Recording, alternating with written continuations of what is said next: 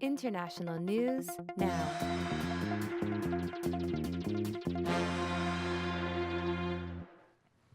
So last Thursday, after meeting with executives from the steel and aluminum industries, President Trump announced his intention to impose tariffs of 25% on imported steel and tariffs of 10% on imported aluminum. He and his advisors have defended this policy as an effort to save the domestic steel and aluminum industries in the United States. Now, these tariffs would increase the price of imported steel and aluminum into the United States, which would help to make domestic producers of these raw materials more competitive in American markets. Together, the steel and aluminum industries employ about 160,000 workers, plus or minus 5,000 there, across the United States. Now, this proposal has generated a bit of an uproar within the Republican Party and with traditional American allies like Canada, the United Kingdom, and other members of the European Union. Since the end of World War II, the Republican Party has supported free trade, or the removal, not addition, the removal of trade barriers like tariffs as a device to heighten the competitiveness of domestic markets inside the United States. Free trade is consistent with traditional Republican views opposing government intervention into markets. Consequently, this policy has put President Trump at odds with much of his party. House Majority Leader Paul Ryan issued a statement on Monday, yesterday, asking the president not to advance this policy. Ryan worries that it will spark a larger trade war in which America's primary trading partners retaliate by raising their own tariffs, which would then make it harder for American businesses to export their products into other countries. Now, the European Union responded to Trump's announcement from last Thursday by threatening to impose tariffs on the imports of bourbon, Harley-Davidsons, and Levi jeans. Analysts also expect new tariffs on orange juice and other agricultural products. We will talk about why those industries are politically important in a bit. Now, Canada is likely to be hit hardest by these tariffs. In 2017, the United States imported about 27 million metric tons of steel from abroad. Canada was the largest source of these sales. The U.S. imported about 4.3 million metric tons of steel from Canada, or 16% of the U.S.'s total steel imports. Now, these steel sales are even more important to Canada. 90% of Canada's steel exports go to the United States. When we talk about aluminum, the United States imported about 6.3 million tons of aluminum last year, and over 40% of those imports came from Canada. The Canadian government has called these tariffs completely unacceptable and also plans to retaliate against them. We're going to cover this story in 5 parts today. First, we're going to describe tariffs, summarize what they are, and work through a basic tariff analysis. Second, we're going to talk more about the economic consequences of these specific tariffs on steel and aluminum inside the United States. Third, we're going to talk about the potential international consequences of this policy. Will it provoke a trade war? What does a trade war look like? Then we want to talk some about the national security implications of this trade policy. We're going to read through a statement or a letter from Secretary of Defense Jim Mattis to the Commerce Secretary that was released about 2 weeks ago about these potential tariffs. And fifth, we're going to review some of the domestic political consequences of this announcement. How are congressional Republicans responding, and will they reassert Congress's constitutional authority to set tariffs? All right, so now we want to do basic tariff analysis here. And the first thing that's important to point out is that tariffs act as a tax on foreign producers, but the consumers pay this tax. So this tax is imposed on foreign producers when that good crosses into the United States. This tax, though, is not imposed on domestic producers of the same goods. And so what the tariff does is separate the prices, and in this case, steel. It separates the price of steel that's produced by an American manufacturer of steel, and it makes the price of, say, steel made by a Canadian manufacturer more expensive in the American market. All right, so we can illustrate these consequences of tariffs we're going to go to an interactive figure right now. And this is actually an example from the t-shirt market, a hypothetical t-shirt market that you're going to see again when we talk about trade policy after spring break. But what this supply and demand chart is, so there is the blue line here, this is the domestic demand right here for, we can think about this as steel in this case, or it's t-shirts in this specific example. The pink line is domestic supply. And then the orange line is total world supply of the good in question. And note that it's much larger than that. And so in this initial situation here, we're going to treat tariffs as equal to 0. And so the difference, if you look in the upper right-hand portion of this, right, we can measure the quantity of imports in this situation by looking at the difference between DD, right, where I'm touching here in the lower right, and then the domestic supply of the good right here. And so this line right across here tells us our quantity of imports. Now, what happens when we raise the tariff? What we're going to see here is when we raise the tariff, it pushes the price up of the good in question, and it simultaneously shrinks the quantity of imports, right? So again, if you look in the upper right-hand corner, we can watch how, as we slide upward here, look at the import total now, it's about 48, and as I push it upwards, the prices go upwards, those total imports slide downward until they get to 0. And in this case, the tariff is so high that it cuts off all imports into the American market. And so the point here is, what do tariffs do? As tariffs increase in price, they cut imports and they raise the price of that consumers will pay for the good inside of the United States. So 3 takeaway points, right, from this basic tariff analysis. Tariffs raise domestic prices, they cut imports, and domestic producers are going to be more competitive in the domestic market because their prices have increased. They sell more products to the domestic market. Their profits go up and they can pay their workers more. Most importantly, this growth of consumer prices and higher revenues that's created by domestic producers generally acts to redistribute wealth inside the country. Consumers pay more, the government gets some tariff revenue, and domestic producers get to sell more of their goods at a higher price. They win big. Again, tariffs redistribute wealth inside the domestic economy.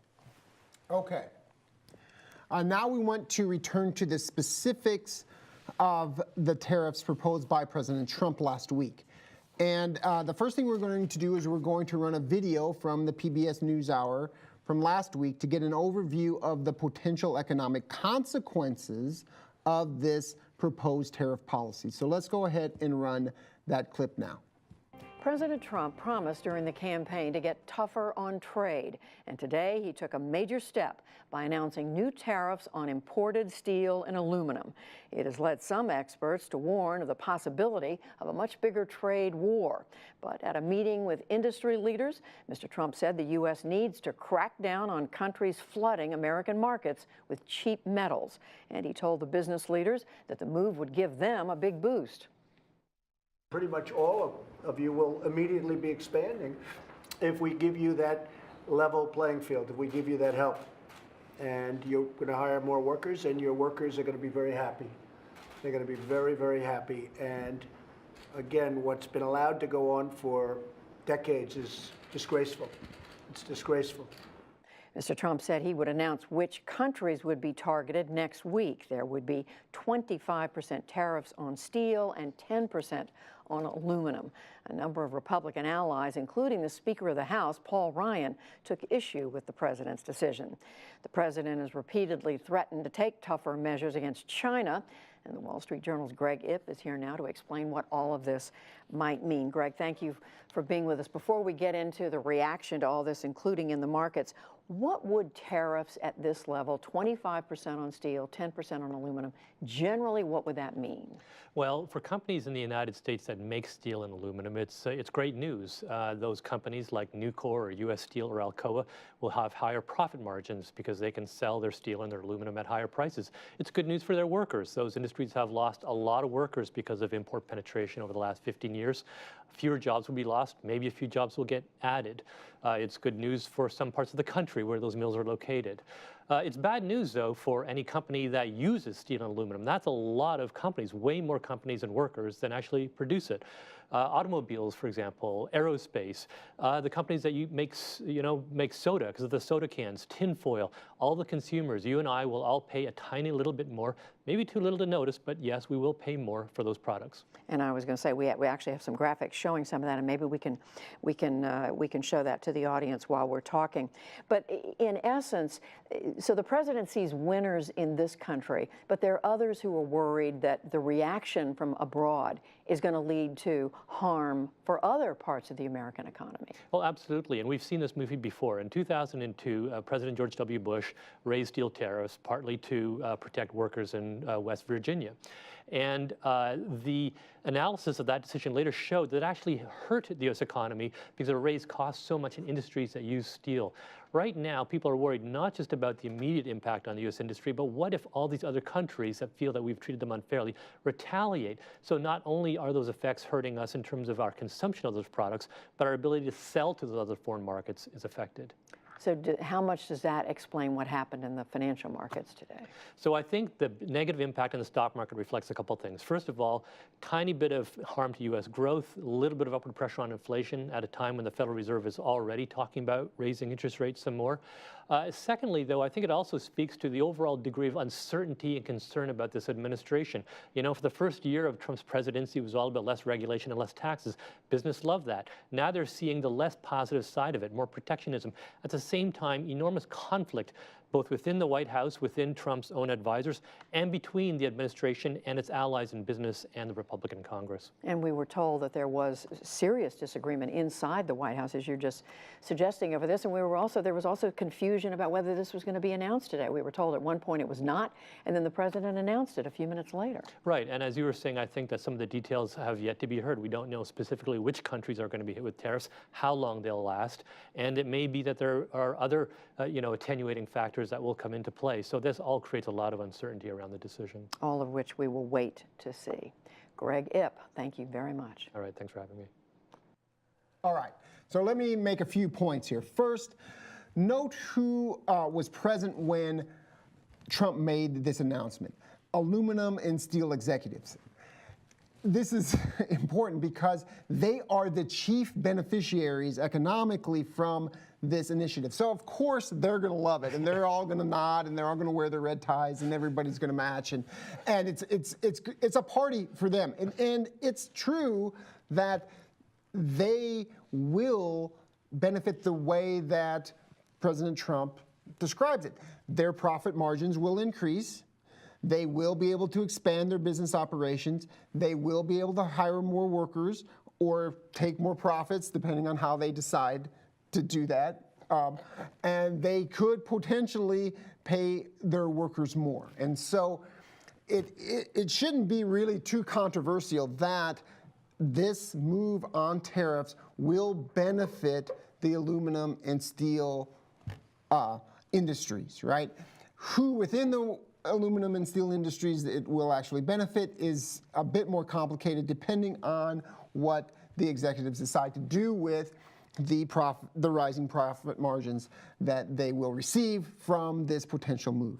Now, second, consumers of steel and aluminum are clearly going to be hurt by these tariffs. Their costs are going to go up, right? So if the tariffs raise the cost of imported steel, then those who need that imported steel, automobile manufacturers, aerospace, soda cans and beer makers who use aluminum for their containers, they all will pay that cost, right? And so the consumers are hurt by this because those producers of automobiles, airliners, beer and soda, et cetera, will pass on those costs to the consumer. So let me just give you a sample of all the industry groups that have protested these planned in the last 5 days. So auto manufacturers have issued a statement opposing them. U.S. car dealers have issued a statement opposing them. Boat manufacturers, the beer industry, retailers, machinery manufacturers like Caterpillar, and U.S. business groups more generally. So huge chunks of the industry groups in the American economy are opposed to these policies. Right, and they're opposed to these policies because their profit margins will go down. Now, there is a debate to be had about the effect of these rising costs. So on one side, as you'll see in the next clip, some will say, well, the added cost will be so small that consumers won't flinch, right? Absorb, yeah. They'll just absorb it, and everything will be fine. Plus, we'll protect these vital industries and the workers of those vital industries, and so we'll do fine. The alternative to that is that no, this in the aggregate especially will be billions of dollars of added taxes on the American consumers, which will slow down economic growth generally and hurt these specific industries that consume steel. And so that's where the real debate lies, is trying to forecast the future and what's going to happen. The thing to note here is that when it comes to jobs, there are a lot more jobs in steel consuming industries like the auto industry, aerospace, et cetera, than there are in the steel manufacturing industry, which only has 163,000 jobs in the aggregate. That's aluminum and steel. Yeah, so and steel. Steel's about 110 and aluminum's about 55 or 53. But there was an estimate, I think, of like 6.5 million jobs in just a few of the main. So the automobile industry is 7 million jobs. Right. So just in the automobile. So if there's even a small impact on the auto industry that would cause them to cut their costs, it could cost more jobs, some argue, than any amount of jobs that would be boosted in the much smaller steel and aluminum manufacturing industries. Okay, so third, these costs of the tariff, right, are direct, but they also could be compounded by retaliation from other countries. And so that's the other big concern, especially among some of the Republican Party opposition to these tariffs. If the United States raises tariffs on steel and aluminum, our trading partners are already promising to raise tariffs on other products like American agriculture, and then these American exports in those industries that are targeted could go down. And this could then hurt the American economy overall, but also hurt the coveted jobs that we're trying to increase and help. And so in 2002, the United States, in the Bush administration, imposed a steel tariff. And when they did, it didn't last very long. They kind of pulled it back, but at the foreign retaliation helped to eliminate American jobs in their targeted industries, and the net outcome from a lot of experts was that the United States lost jobs, didn't gain jobs by this tariff. So the larger point here is that these tariffs will redistribute income inside the United States. Some groups win. We saw the groups that are going to win sitting next to President Trump. They do have hundreds of, a couple 100,000 workers. They will benefit as well. Nucor Steel has a plant in Norfolk, Nebraska, where I grew up, and so I knew a guy who should have brought your family home there. That's right. No, your retirement one of my home there best friends, his father worked for Nucor Steel, right? I mean, so those groups win, but then some groups lose. Most groups lose. Right, and consumers, which is everybody, loses a little bit, but then there will be other targeted groups and their workers that lose more because of this move, right? Those industries that consume steel potentially lose a lot. Okay, now we want to watch a second video that discusses the economic consequences of these tariffs a bit more. And it's an interview conducted last Sunday by Chris Wallace of Fox News with Peter Navarro. Now, Peter Navarro is the Director of Trade and Industrial Policy and the Director of the White House National Trade Council. These titles mean that he is one of the president's most prominent advisors on trade policy, and he had a huge influence on this move. This interview gets a little heated at times. That's why it's fun to watch, and we put it on there. And we're going to discuss it in 2 rounds. In the first clip that we're going to show, Navarro lays out the basic defense of this policy, and it's important to understand this defense. And Wallace then challenges him on its likely negative economic consequences. So let's roll the clip. Steel imports and 10% on aluminum. Joining us now, one of the architects of that controversial plan, White House trade advisor Peter Navarro. Mr. Navarro, welcome to Fox News Sunday. Mr. Wallace, good to be here, my friend. The blowback to the new tariff policy is intense, especially from conservatives here are two leading Republican senators. I hope the president doesn't really do this, because if he does, it's just going to be a huge tax on American citizens. If you own a steel mill, today was great for you. If you consume steel and every American family at the store tonight bought something that has different metals in it, today's a bad day for you. Are Sass and Hatch, who is the chair of the Senate Finance Committee, are they wrong? Of course they're wrong. And in terms of the Republican Party, let's remember this. Donald Trump ran against 16 Republicans. None of those Republicans supported Donald Trump's positions on trade. He beat every one of them. And then Donald Trump went on with a Democratic opponent who didn't support his positions on trade, and he beat them too. What Donald Trump wants to do is fulfill his campaign promises to the American people and defend American workers. And when we hear about huge effects here, let's do some of the numbers here. I mean, first of all, the reason why the president is doing this is because if he doesn't do this, we will lose our aluminum industry very quickly, and our steel industry very quickly thereafter. If you look at the aluminum industry, for example, we're down now to less than 10% of fulfilling our demand. We've lost 6 smelters since 2013. We're down to 5 smelters. Only 2 of them are fully operational. We're operating at a 43% capacity factor, and only 1 of those smelters makes the high purity aluminum we need for our defense applications. Let's unpack some of this. One of the things that both of those senators raised was that this is going to raise prices for American consumers, and the fact is it will. Commerce Secretary Ross estimates that if you take the imported steel that goes into an American-built car, it will increase the price of that car $175.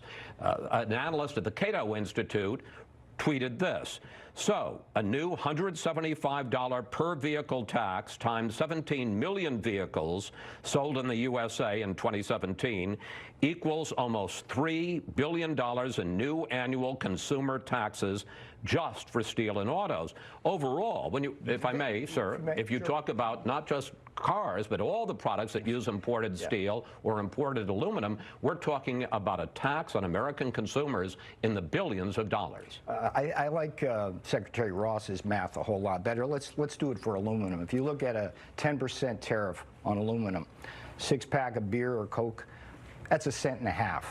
If you look at the other end of the spectrum, Boeing 777, it's one of the best airliners ever made. It's a $330 million aircraft. We're talking about an increase in costs at the worst of $25,000. So when you're talking about these massive costs or whatever as a fact, it's not. There are no downstream price effects on our industries that are significant.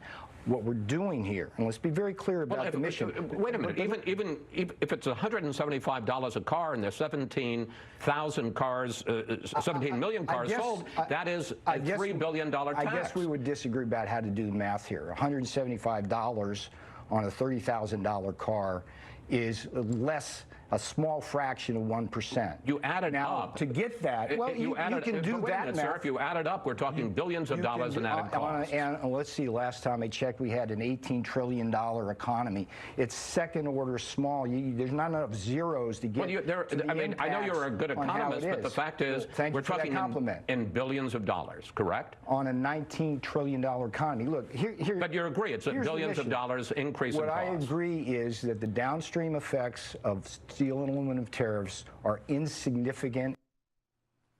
All right, so first note how he begins the defense of the tariff policy. Other Republicans are wrong because they lost the election. There isn't really talking about the economic consequences yet in that initial statement. The larger point is that these economic principles of the party are changing. Second, he defends the policy in terms of trying to save the domestic steel and aluminum industries. Right now, domestic aluminum only only makes up about 10% of total domestic demand. So the domestic aluminum industry makes up 10% of total domestic demand. Most of aluminum is purchased from abroad, and what he's talking about is we really need to drive those numbers up. Third, Wallace hammers on the cost to producers associated with these policies, and the discussion of cars is significant, right? They suggest that the tariffs on steel will raise the price of a $30,000 automobile by about $175. Now, this is less than 1%, but it's still significant, and it's a huge chunk of the profit margins of automobile manufacturers as well, right? And Navarro instead wants to emphasize the small 1.5-cent hike on a six-pack of beer. There's a larger point here. Think back to our conversation about society's role in foreign policy making. We talked about how little political power that consumers have in trade policy, and this conversation illustrates that dynamic perfectly. Navarro is effectively saying that there will be a small charge on consumers for this, and because it's so small and because consumers aren't active politically, this is smart politics, because we're not going to see a broad consumer revolt against this policy, and so the political costs of implementing a tariff policy that a lot of people don't like but won't do anything about are low. All right? And think about it this way. Are you going to change your vote in the 2020 presidential election because the cost of your six-pack of beer went up about 2 cents? Probably not, right? So now let's talk about the international political and economic consequences of this policy. We're going to take it in two parts. The first is going to focus on the national security implications, and then we're going to talk about a potential trade war. And we want to begin the national security conversation by returning to the Navarro interview. So let's go ahead and run a second clip.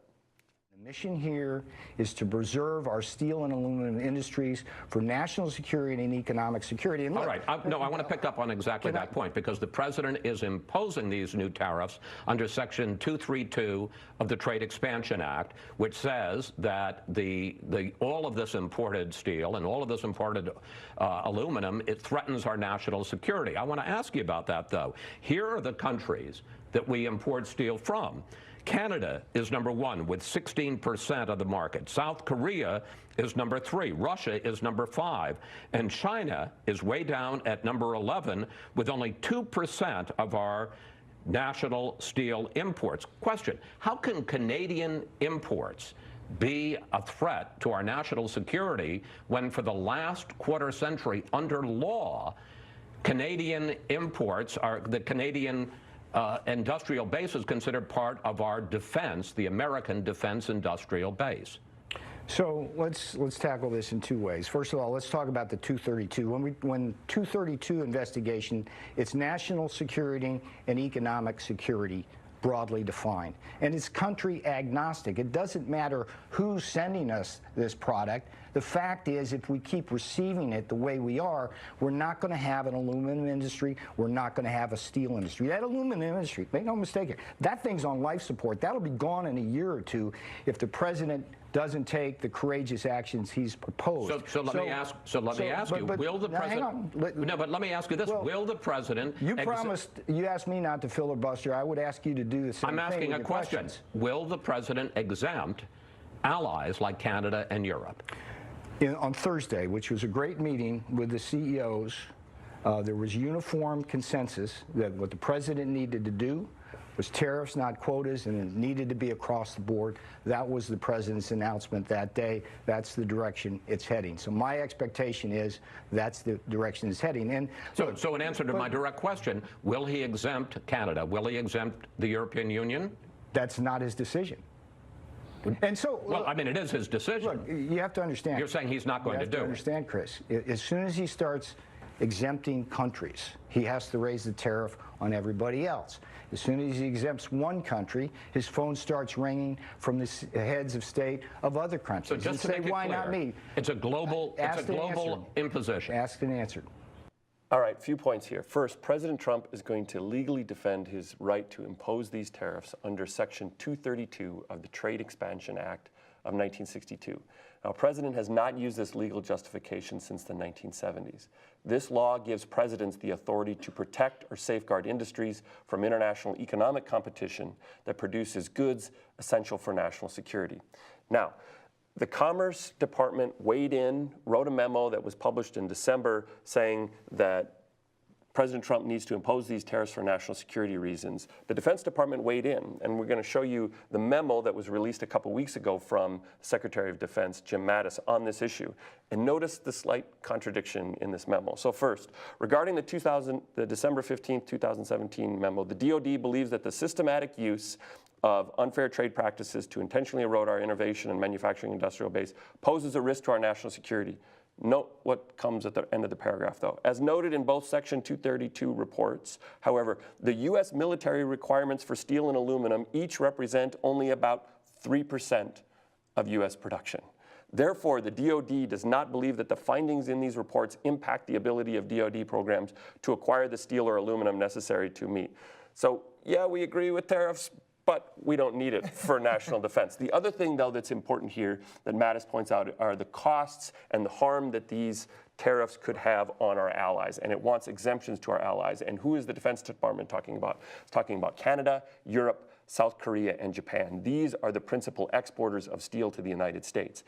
The interesting dynamic in all this is that tariffs are often talked about as a way to punish China for its huge trade deficit with the United States. We get a small proportion of our steel from China. Instead, the costs of this policy are going to come on American allies, Canada, South Korea, Europe. And guess what? Because if they can't sell steel to American markets, they've got to sell that excess steel capacity in international markets where they will be less competitive relative to China. And so actually, this tariff policy might benefit China. This is what Lindsey Graham from South Carolina said. There's also talk about a trade war. What does a trade war look like? This is a progressive game of retaliation in which our trading partners successfully raise tariffs on each other's products. And the net result is to cut international trade, right? So they put tariffs on our orange juice, we put tariffs on their cars. All of this cuts international trade, and it hurts growth in all the countries. The other thing to keep in mind here is that the European response or the Canadian response is going to be politically strategic. They are going to throw retaliatory tariffs on important constituencies inside the United States. Why talking about Harley-Davidsons? Because Harley-Davidsons are made in Paul Ryan's district. Why are they talking about orange juice? Because Florida is strategically important in presidential elections. Why are they talking about bourbon? Bourbon's made in Kentucky. Mitch McConnell. The point is, they are going to select retaliation and they're going to hurt red state areas because that's President Trump's coalition.